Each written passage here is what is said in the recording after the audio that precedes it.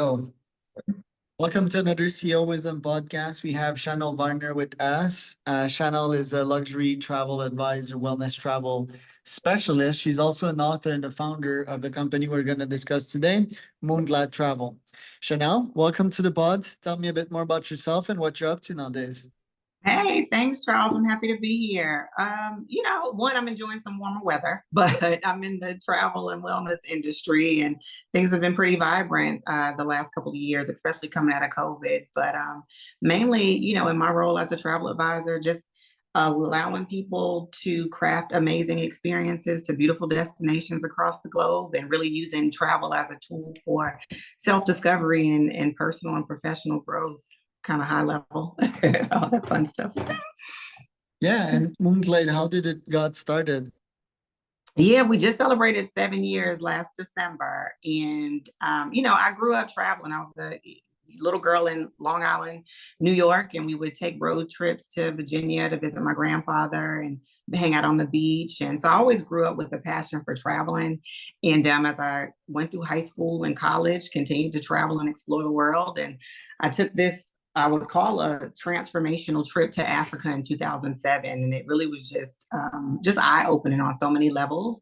I wanted to come back and help people explore the world. I had friends that had never left their hometown or who had never been on a plane, and it was like, oh my gosh, there's so much of the world to see. So that's kind of how it started. It was, my love and passion for travel, and I was pretty good at putting together custom itineraries. So we founded Moonglade Travel 7 years ago. And tell me about the struggle and the survival during COVID. Oh, Lord. Oh my gosh. Honestly, Charles, looking back, I don't even know how we maintained. Obviously, the world stopped literally. So, we weren't booking trips. We had to cancel probably almost $200,000 worth of travel that we had planned for the year. We also host wellness retreats, so we had to put a pause on those, and really just shifted to still supporting people and encouraging what traveling at home looked like. So we would send emails and inspiration through our social media challenges of traveling at home, whether it was watching travel or destination themed movies or shows, or trying new international recipes. So it was definitely a struggle on many levels, obviously financial as a business, but just really staying engaged with our clients, keeping people inspired and motivated. And as soon as borders started to lift lightly and restrictions were still in place, we still were able to start to travel some, but it was rough. Yeah, it was definitely rough. And how do you distinguish yourself? Because I checked your business, quite different from most travel agencies. Tell us about the niche you're into. Yeah, absolutely. And thank you for pointing that out, because I feel like we are very, very niche and unique in the travel industry. Our approach is custom travel experiences. We're not cookie cutter at all. Our clients come to us. One, we specialize in luxury and wellness, which is a spectrum that looks different for everybody. But we specialize in those two spaces, and it really is, what's your why? What's the reason behind why you want to travel? Yeah, we all want to go to Bali for a week, but why?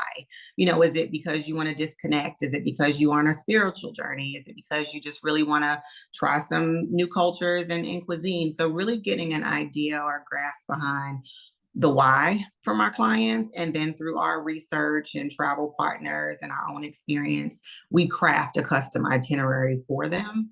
So I think that kind of sets us apart from the bookit.coms or the other kind of online tour operators, where it's like, oh, I just want to stay here for 5 days. It's really taking your desires, and crafting an experience that's unique for you. And then also, a perk is the support and guidance throughout the travel planning process and while you're traveling. We don't just send our clients somewhere and it's like, all right, have a good time. It's, I had clients in Paris a couple years ago when they missed their dinner cruise. So they called me at 3 a.m. and I was able to get them on the cruise the next day. So just being able to have that peace of mind and someone to kind of not really hold your hand, but kind of guide you and support you throughout that process. Because, travel planning and traveling can be pretty stressful, a lot of uncertainty and things like that. So that's kind of where we shine, I would say. Yeah, so I was a nomad for 7 years. I would say like planning, not really the stressful part. For me, it's like taking the flights and all of that. That's always stressful because you're like minutes away from some bullshit policy to have to repay again 2 to 5K for your flights. Airports Mhm. are super busy. They're full of bacterias and humans and stress. Airplanes are super tight. That's probably why people like me want a private jet. It's because it's if you travel a lot, you just want to spare that energy and be well rested when you arrive. So anyway, why did you pick luxury? I want to hear. Yeah. Well, to me, again, luxury is a spectrum. I'm not personally traveling by private jet, but I have some clients that do. But luxury to me or to someone else may be just upgrading their seat on a plane or upgrading their room category or having a private transfer or tour versus a shared transfer or tour. So it's really just about elevating experiences for whatever that looks like for you. But I wanted to do that. I wanted to show people that there were ways to enhance your travel experiences and what that could do for you as a person and for the type of experiences that you're having. So just really just elevating experiences across the board, which is where the luxury piece came in. And I would say kind of similar to wellness as well. We're all on our own different wellness journey. I have clients who want wellness experiences where it's, a full silent retreat or a digital detox, or we're actually meeting with physicians for specific health challenges or concerns, or maybe it's just sprinkling wellness into your trip. You're still doing your regular beach day, but maybe we're doing yoga on the beach, or maybe we're doing an intentional local cultural immersion experience. So really just in introducing and inspiring these types of practices, whether it be luxury or wellness, into everyone's life is kind of where it started. What do you think about Airbnb experience? In my opinion, they're onto something. I think it's pretty cool. You can just go online and book something real quick and have 2 or 3 experiences even in the same day. And most of Mhm. them can give you energy, can give you an experience of a lifetime, can give you knowledge. Um, what do you think about it? Do you sometimes book experience for your clients on Airbnb experience? So I don't personally use Airbnb. I do have a variety of suppliers that we work with that offer similar experiences, whether it be private villas and apartments or private or more cultural local activities and tours. But I think it's clever. A lot of people we want exclusivity. We want something that is the next Instagrammable place or opportunity. And we also want things that you can't find and see and that's local. So I love what Airbnb and other platforms like that are doing. They're creating these types of experiences that are local and cultural. It's just not a platform that we personally use. But yeah, I love that. I've actually booked a few Airbnb experiences for my own travels at times. So I love it. Right.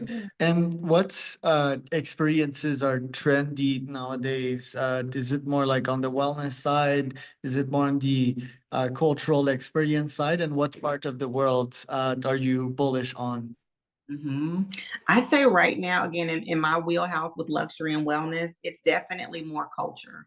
People love cultural experiences, eating at local restaurants, having local tour guides. They're kind of taking them off the beaten path. So it's not your typical, tour spotlight, or even if it is, maybe it's a early morning or a late afternoon. So you're avoiding the crowds. But I would definitely say, culture has been priority the last year or so. And then also wellness. I feel like wellness is very niche, but definitely coming out of COVID, people are more focused on their well being and their health.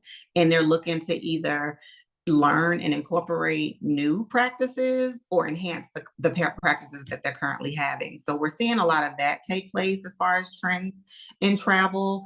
And then destinations, I've been booking a lot of Africa lately, Africa and Europe. I do a lot of like London, Paris, Amsterdam, that side of Europe. But South Africa, we've been doing a lot of South Africa recently, and those have been like the safaris, some wellness safaris, culture in like Johannesburg or Cape Town. We've been seeing a lot of recently. Do you Yeah. also help booking like silent retreats? Because yeah, there's a bunch of these available nowadays. These can be quite long too. Like me personally, I think I would alternate silence retreat with probably other activities. So it's not just focus on being silent and meditation. So yeah, like what do you think about these? And second, how do you segment people's days usually? hmm I think silent retreats are great. I know, when it comes to wellness, it's really a mindset. So it's where are you along your wellness journey? What do you need right now? And how far are you willing to kind of push yourself out of your comfort zone? Even in our wellness retreats, they're open to a variety of folks. But we recently hosted a retreat in Costa Rica, and everybody's on different levels. Some people are like, sure, we'll go horseback riding. And some people are like, I'm not getting on a horse. So again, it's really mindset. So I would say wherever you are in your mindset, I also would say be open to kind of pushing yourself outside of your comfort zone. And a silent retreat may be pushing people out of their comfort zone. We have a Facebook community for like our wellness and travel community, and we're launching a 7-day challenge tomorrow. It's a Be Well challenge, and part of that challenge is a digital detox day. And it was funny because we just announced it today, and they were like, "Oh my gosh, it's just 1 hour. It's like 1 hour of device free," and people are freaking out. I'm like, "Oh my gosh, you cannot go to a silent retreat if you can't do 1 hour in your phone." So again, it's mindset. Um, what was your second question? Second part Yeah, of the that question? day segmentation, like Days. how do you help people with that? Yeah. So again, it's really what they're looking for. I do not believe in a packed schedule. I'm one of those. I like to have scheduled things throughout the day or the week, but I love just a fluid schedule. I like to get up. I love to catch the sunrise in the morning. So I don't want anything super early in the morning. I never plan a tour the day before I leave because that's like my rest and reflect day before you jump back into, like you said, hopping on a plane or scrolling through airports. So I had a consultation with a client today, and he's really just like laid back. He's like, I want to do these three things, and other than that, I want it pretty fluid and flexible, so they can kind of just explore at their leisure, which I love. Again, I recommend that, just some free time. I love spontaneity when I travel, just being spontaneous and being able to get up and stroll and just explore. That to me is exploration. That's adventure, and that's when you really find some of the gems and the sweet spots in travel. So typically, if we were looking at, say, a 7-day itinerary for a client, we may have probably 3 to 4 of those days of hardcore like tours. Maybe I wouldn't recommend anything more than one a day. And I'm not a big fan of long all day tours, especially if I'm not visiting another city for the day.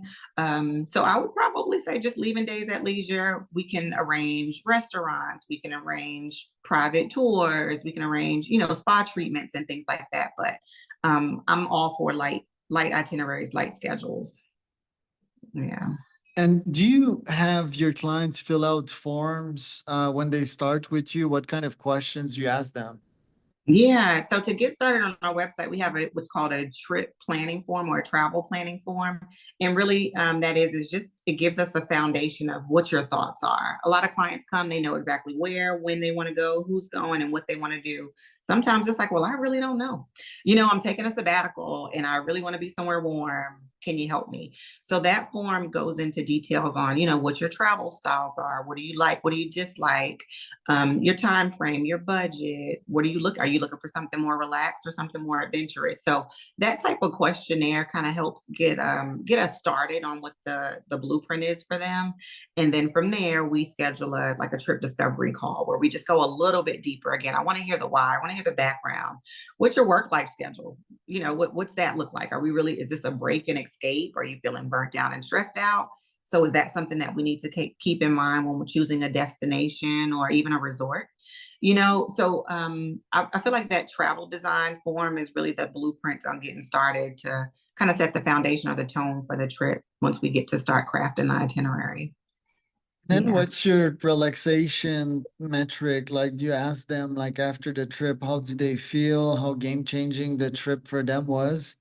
Absolutely. We send a survey out usually a couple of days after our clients get back home to really dive deep on what their experience was like. Not only their experience was like in destination and through the various accommodations and tours that we booked, but also their experience like working with us. I'm actually getting ready to introduce more of a in-depth follow-up system. I'm a travel advisor, but also a lot of my work is coaching and travel coaching. It's again getting to the why, finding more about what you want and need in this experience, helping craft that experience, and then assisting you and guiding you through that process. So wanting to talk back, after you come back, maybe it's a month or 2 months after, really going back and reflecting on that cultural experience or that time at the restaurant or your spa experience, or just really recapping and diving deep, because I truly believe that travel is very influential in our personal and professional development. So going back to, oh, well, yeah, I met some really cool people on this trip, or hey, I really learned a lot about something that I can do or I'm capable of doing. So currently right now it's a survey that goes out when clients return just to kind of recap their trip. But in the next couple of months, we're going to be introducing a more integrated follow-up system to kind of dive deep and reflect on their travel experiences. And then the economics of your business, who are you targeting and how much do you charge these clients? Yeah. Currently, when we started out, Charles, 7 years ago, you know, I, again, I was very ambitious and I believed that I wanted everybody in the world to travel. I didn't care if you were going to Miami or you going on a cruise to the Bahamas. But then I quickly realized that I needed to get granular. I needed to niche down to something that was more in line with our values and our beliefs and our expertise. So that's how we got to luxury and wellness travel. So currently, I would say Target would be I attract a lot of women, and we do a lot of solo travel, and then especially for our wellness retreats, it is geared towards professional women, small business owners. We do a lot of couples. I've done a few family, but I would say my sweet spot is definitely around luxury romantic travel, and then women focusing on wellness and solo travel. And as far as our services, our custom travel planning starts at $350, and it really just depends on how many days, how many destinations, that could come not come how detailed the itinerary is. We offer concierge services as well. So if clients are wanting us to help make spa appointments and dinner reservations, then that's really how we get started. And how do you target these people? What platforms and what is the means of communication to get these customers? hmm So right now we're on social media. We're on Facebook, Instagram, and LinkedIn. We also have a private Facebook community called the Wonderwell Society, which is a community for wellness and travel lovers. We have a robust email list that we have as well. So currently we've been just kind of reaching out to or targeting those specific audiences on social media platforms. And then email marketing has been another strategy we've been using to, just really engage and continue to build brand awareness, and as we gear up to announce our retreats for later this year. So that's been working for the last couple of years. We have realized that there are some gaps in our marketing strategy. So we've been looking at revamping some of those strategies and plans to get in front of our target audience a little bit more granular. Mhm. Right. And the pricing, like it starts at 375, I think. Do you charge per hour? Do you charge per package? How does it work? Yeah, so 350 is our planning fee price, and that's for up to 4 people from the same household for up to, I believe, 5 days and one destination. So that's our starting point. So typically, we book a lot of Mexico and the Caribbean. So if clients are looking to go down to, say, Turks and Caicos for an anniversary for about 4 to 5 nights, that would be the starting point there. But if a client is looking to kind of, I had a call today, they're looking to do London, Amsterdam, and 2 cities in Italy for 10 days. So that's where we start to get more into those. Usually start around 500, and it's a flat rate. If we have to make any changes or revisions, then there's cost for those things. But as far as just getting started, we charge a flat rate for our custom planning services. Yeah. Right. And does your model scale? Like, where do you want to take your business? Yeah, absolutely. We just scaled, I would say last year. We're looking at revamping some things. I authored a travel reflection journal 2 years ago. And again, that was born from that trip to Africa that I took in 2007. That was life changing. I had a blank notebook and I just wrote down what I ate, who I met, where I went, how I felt. And I found it about 10 years later. And I was like, oh my gosh, this is golden. And I literally, I sat in the floor, Charles, and I'm like crying. I was like, I forgot I ate pizza at Mona Lisa. So it was just like, wow, it was like stepping back in time. So, that was us just kind of enhancing our services. If clients spend a certain amount, they get the travel reflection journal. It's also available in local shops here in the North Carolina area and online. But to me, it's a keepsake. There's spaces where you can just jot down again who you met, how you feeling, where you're going. But it also, I share some of my travel experiences about places that I've been to inspire people to, one, think in the mindset of traveling with intent and on purpose, but then also inspire you to think about certain things when you're traveling and how important it is to capture those and reflect on them. So that was one of the things we've done recently just to kind of scale and elevate our experience there. Our retreats, prior to COVID, we were hosting maybe around one a year. Last year we did two. This year we're trying to be ambitious and host three.